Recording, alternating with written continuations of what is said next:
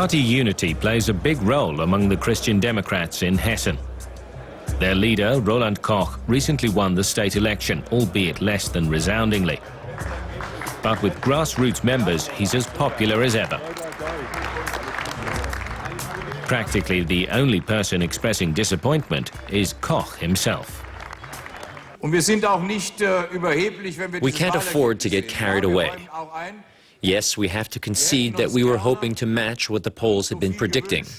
And that would have been a rather better result. But the election has changed little in terms of internal party matters.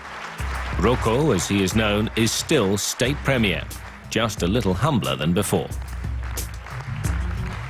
Some people consider Koch arrogant, an ambitious power player, a politician with a penchant for rabble-rousing, whose campaigns have even been deemed xenophobic. Still, he's not one to shrink from criticism.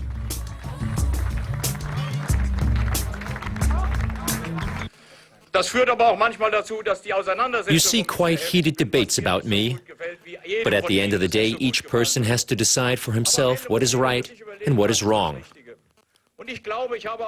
I believe that I still have the responsibility to ensure, even if it means disputes and arguments, that this country is led into a good future. Koch has an edge to him. He might lack subtlety, but even members of the opposition have praised his analytical approach, his intelligence, and his leadership qualities. Friends refer to him as someone quite different, a shy and courteous kind of guy. How does he manage to reconcile the two sides?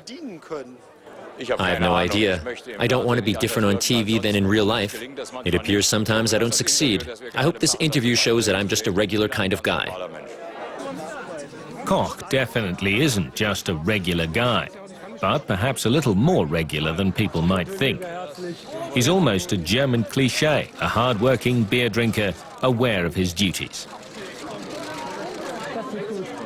He's lived in his hometown of Eschborn, near Frankfurt, since his childhood. Eschborn is your run-of-the-mill German town, not particularly pretty or ugly, not too modern nor old, neither upmarket nor deprived. Everybody shops at the local butcher. Roland, as most people call him here, often pops in on a Saturday. He's never been tempted to move away. The locals say that he's stayed because he can count on their unconditional support.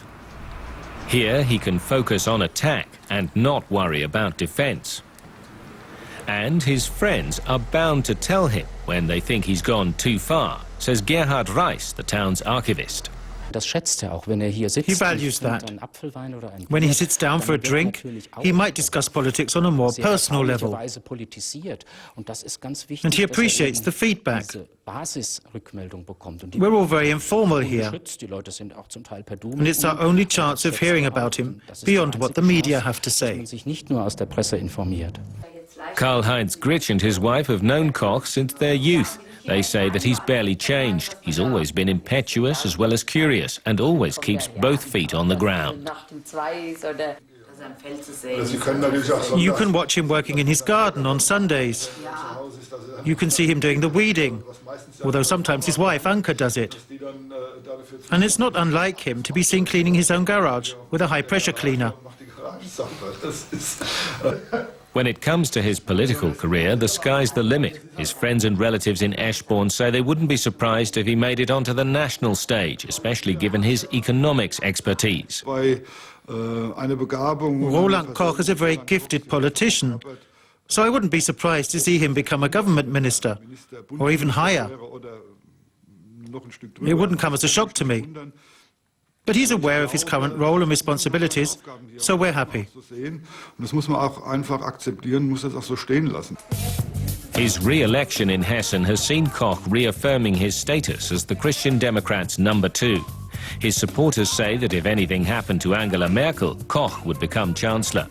That's why many in his party want him to come to Berlin sooner rather than later.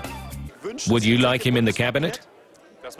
That's up to him, but Roland Koch could handle any post in the country.